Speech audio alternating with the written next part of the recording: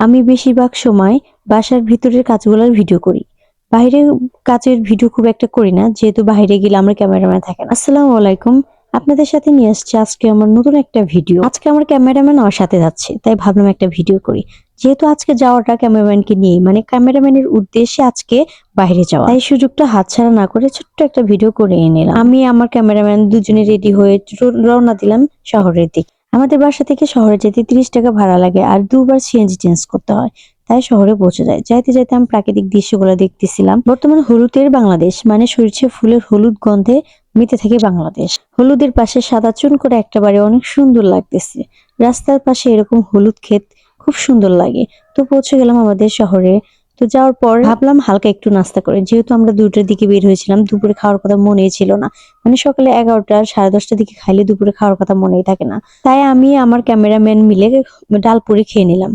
আমি টক আর ও ডাল, কারণ ও টক খাবে না বলে দিল, তাই ওর জন্য ডাল, আমার জন্য টক অর্ডার করে নিলাম। আমরা এখানে হালকা নাস্তা শেষ করে নাস্তার বিলটা দিয়ে আবার রওনা দিলাম শহরের উদ্দেশ্যে, মানে শহরের ভিতরে যাব সেই উদ্দেশ্যে আবার রওনা দিলাম। যেহেতু বিকেলের দিক, মানে সূর্যটা একটু হেলে গেছে, তাই প্রাকৃতিক সৌন্দর্য একটু অন্যরকম সুন্দর হয়ে গেছে। আমরা পৌঁছে গেছি আমাদের গন্তব্যস্থলে, মানে আমাদের নিউ মার্কেটে। এটা আমাদের শহরের একটা পাবলিক মার্কেট, যেখানে অল টাইম খোলা থাকে, এমনকি সব ধরনের লোকেরা এখানে আসতে পারে। ভিতরে ঢুকে আমার বোন বলতেছে, আপু কোন দিকে যাব? আমি বললাম যে সিঁড়ির দিকে যাব, কারণ ও বেশি একটা আসে না, সবসময় আমি কেনাকাটা করি। তবে আজকে মাইনা ধরছে ও নিজে আসবে, নিজে দেখবে, নিজে কিনবে, তাই ওকে সাথে নিয়ে আসলাম। এটা দোতলা বিশিষ্ট, উপরেও শোরুম গুলো আছে।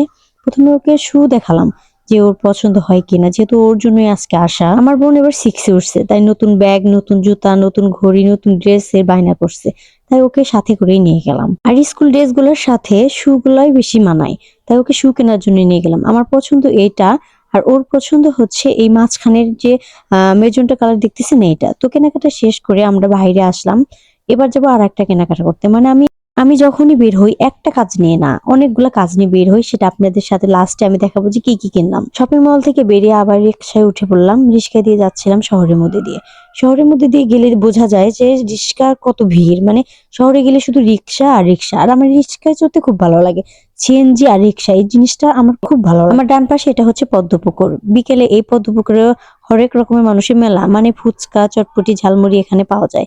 অনেকে এখানে থাকে। আমার শহরটা আমার কাছে খুব ভালো লাগে, এটা আমার কাছে চিরচেনা শহর। তো যাইতে যাইতে আমরা দুজন একটু ভিউ নিলাম যে দেখতে কেমন লাগে। তা দেখে ভালোই লাগে। রিস্কায় উঠে আমার বোন তো সে খুশি। তারপর আমরা চলে গেলাম গোখাদ্যের দোকানে। এখানে পোল্ট্রি, বিড়াল, গরুর, মহিষের সব ধরনের ওষুধ পাওয়া যায়।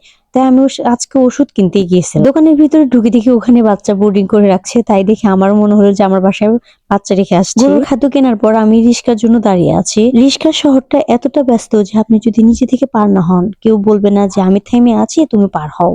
আপনি নিজে থেকে যখন পার হবেন, তখন হাত দিয়ে যদি ইশারা করেন, তাহলে হয়তো একটু থেমে যাবে। আমি হাত দিয়ে একটা মামাকে থামতে বললাম, সে থেমে গেল।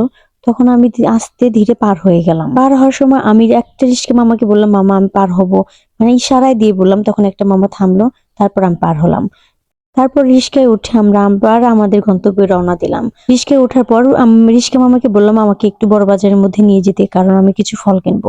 ফল কিনতে গিয়ে দেখি আমলকি, বা কত সুন্দর লাগছে, বড় বড় অনেক সুন্দর। তাই আগে আমি ফার্স্টে আমলকি কিনে নিলাম, তারপর অন্যান্য ফল কিনে নিলাম। কেন যেন বিকেলের দিকে বাজারের ফলগুলো অনেক সুন্দর, সতেজ আর একদম পরিপক্ক মনে হচ্ছিল, যেটা দেখতে খুবই সুন্দর লাগছিল। শেষমেশ এই হলো আমার বাজার। তবে অনেক কিছুই কিনেছি। তবে ফলগুলো আমার ভাই বোন খেয়ে ফেলছে বলে আমি খুব একটা দেখাতে পারলাম না। আজকের ভিডিওটা আমার এই পর্যন্ত। সবাই ভালো থাকবেন, সুস্থ থাকবেন। আল্লাহ হাফেজ।